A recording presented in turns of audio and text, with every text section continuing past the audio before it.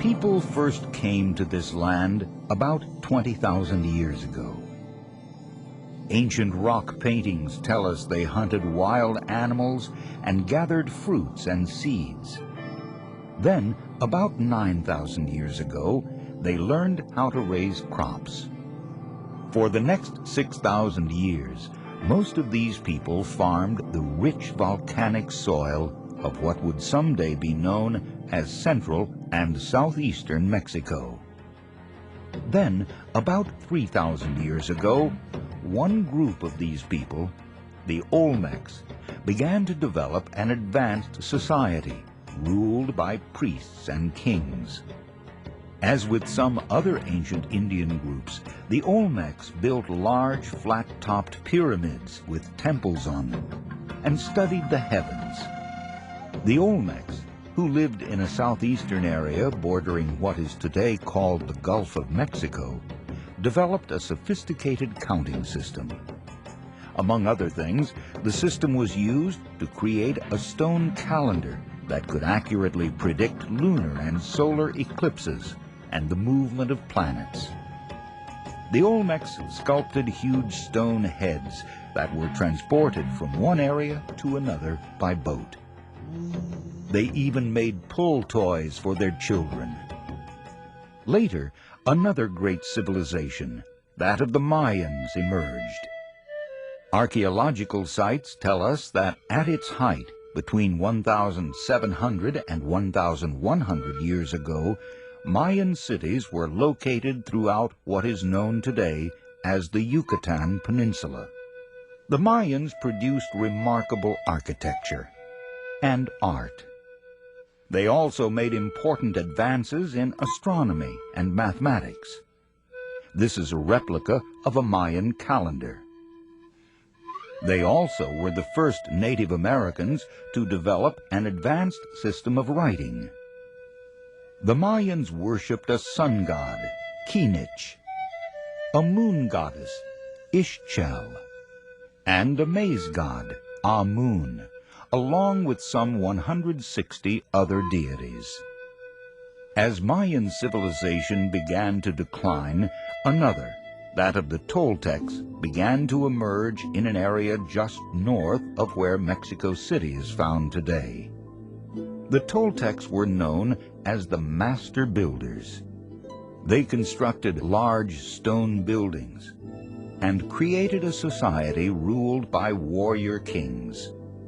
The greatest of the Toltec warrior rulers was Quetzalcoatl, which means great green bird snake.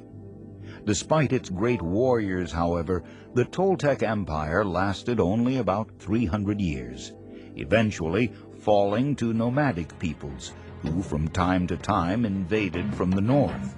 One group of those invaders was the Aztecs. They were fierce warriors who raided farming communities and enslaved those whom they captured.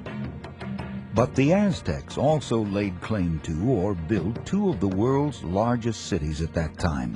One, called Teotihuacan, once had some 200,000 people.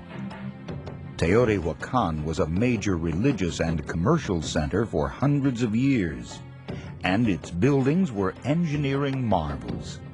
But to the south, it was the Aztecs' capital city, Tenochtitlan, that was one of the true engineering and architectural stars of the ancient world. As this 16th century map shows, Tenochtitlan was built on an island in Lake Texcoco and had giant causeways that linked it to the mainland. Tenochtitlan had wide streets laid out in a grid pattern, as well as canals. The people highlighted are walking along one of those waterways.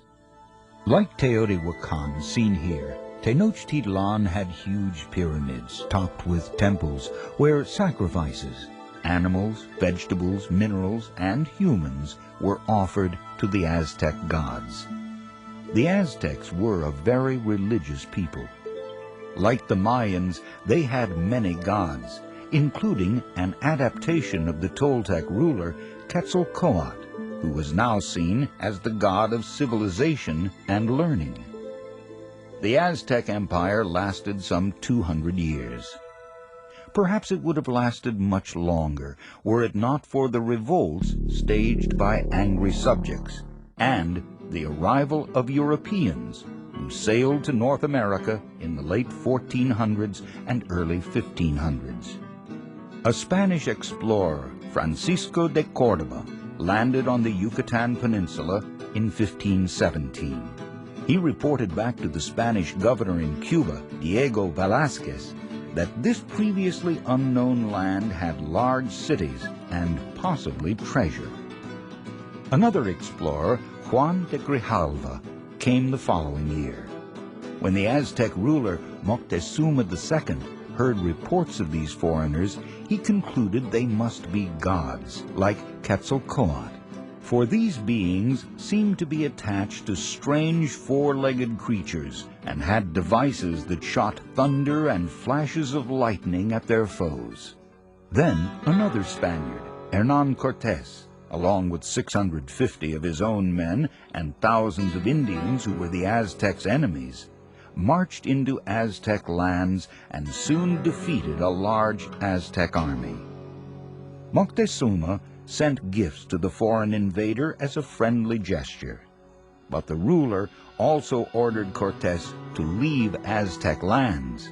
Cortés ignored the orders and headed toward Tenochtitlan, bullying and then signing on more Indians as allies along the way, those who hated the Aztecs for taking their corn and sacrificing their relatives atop the pyramids.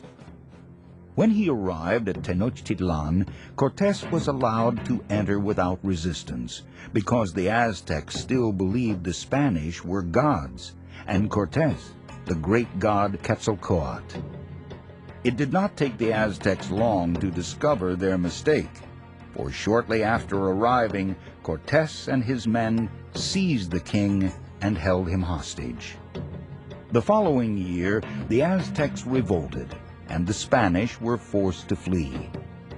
But they returned to the capital a year later and blocked the causeways that led to the city, as well as the aqueducts that carried fresh water to its citizens. With no food and fresh water, the Aztecs finally surrendered, and Cortés named King Charles of Spain ruler of these New World lands. The king's representatives in the New World, such as Altamirano Velasco, shown here, and Roman Catholic archbishops, let the Indians speak their own languages and let native rulers govern their people. But the local population had to convert to Roman Catholicism wherever the Spanish gained military control. Moreover, corn and labor had to be given to the Spaniards instead of to the Aztecs. Corn and labor helped people of Spanish heritage in the New World, or Creoles, become a wealthy elite class. Indians were used as laborers on large estates, or haciendas, that many Creoles built. Life in the haciendas was markedly better than in the fields. Many Creole families lived in ornate splendor. But then, when the Spanish king, Charles III, took away many of their powers in the late 1700s, this elite class began talking about independence. In 1810, the talk turned into an open revolt. 11 years later, Mexicans found themselves citizens of an independent nation. By 1824, the new country had its first president, Guadalupe Victoria, and a newly adopted constitution.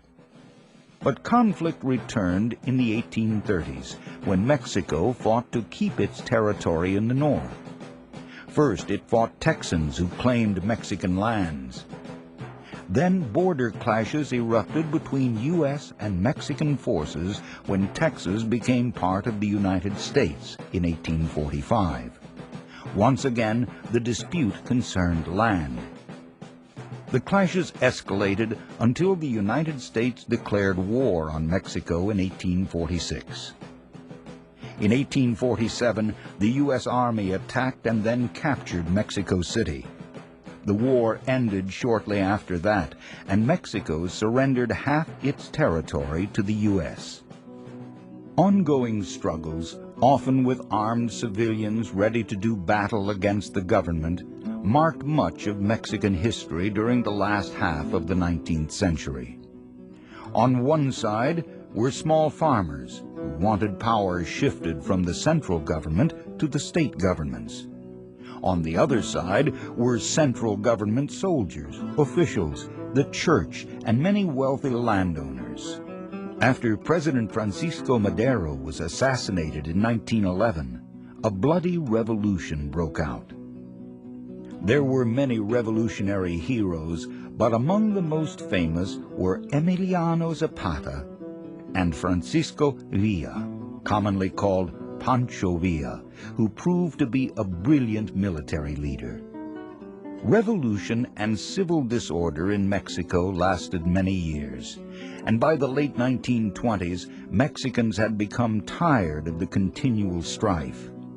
Then, in 1929, General Plutarco Elias Calles formed an organization that eventually would become the Institutional Revolutionary Party, generally called the PRI, or PRI. PRI officials brought stability to the country, especially after millions of acres of land were returned to Indians and poor farmers, land that had been taken by the privileged wealthy class many years before. However, as time passed during its 72 years in power, many came to see the PRI as inefficient and corrupt. In response, PRI officials made many changes in the 1990s, including assurances of fair and free elections. But a majority of Mexicans saw their actions as too little, too late, and for the first time since 1910, elected their president from an opposition party. Newly elected President Vicente Fox immediately began to root out corruption, but he acknowledged it would be many years before Mexican citizens would live in a society free from official dishonesty and unfairness. Mexico is a federal republic with 31 states plus a federal district that includes Mexico City. There is a Congress composed of 2 chambers. The Senate has 2 senators from each state. They are elected for 6-year terms. The Chamber of Deputies has 500 members who have 3-year terms. Mexico's highest court, the Supreme Court of Justice, has 11 members whom the President appoints for 15-year terms. The real center of power in Mexico, however, is located within the presidential palace. From there, the President personally controls where the government spends much of its money. Of course, government spending often affects the Mexican people, the vast majority of whom are mestizos, or those of mixed heritage. Specifically, some of their ancestors came from Spain, some from Africa as slaves, and some were Native Americans. Being a mestizo is generally seen as a matter of pride. Mestizos see themselves as being descended from proud and accomplished peoples. Approximately 10% of Mexico's citizens count themselves as Indians. But to Mexicans, being an Indian is both a matter of ancestry and traditional ways of living. If a person speaks a Native American language, wears traditional clothing, lives in a traditional house near or in a village where many others consider themselves Indians, then they are Indian, even if they may have mixed ancestry. Because so many Mexicans have blended their Indian and Spanish heritages, Mexico has created one of the most colorful and interesting cultures in the Americas. That culture is reflected in many ways, including its various types of distinctive music. Mexican dances are also distinctive. The country's beautiful cathedrals reflect its unique culture too. and so does its public art. Mexico's people speak a form of Spanish that contains thousands of words taken from native languages. But about 5 million speak only their native language, of which there are more than 3 dozen.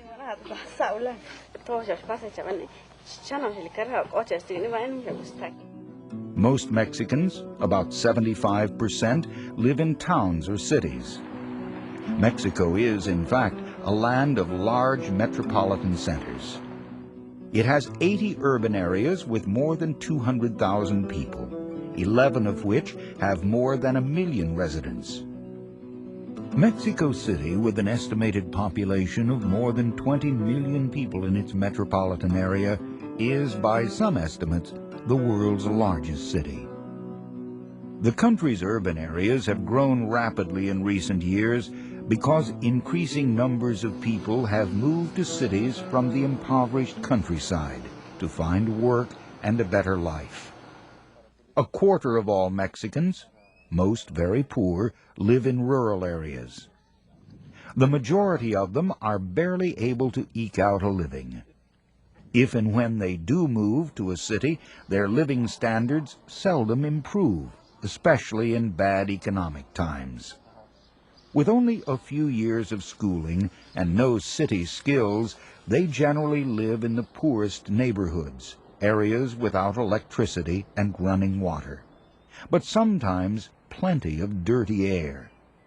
Air pollution is a serious problem in many of Mexico's big cities, including the capital, where some of the world's most polluted air is found.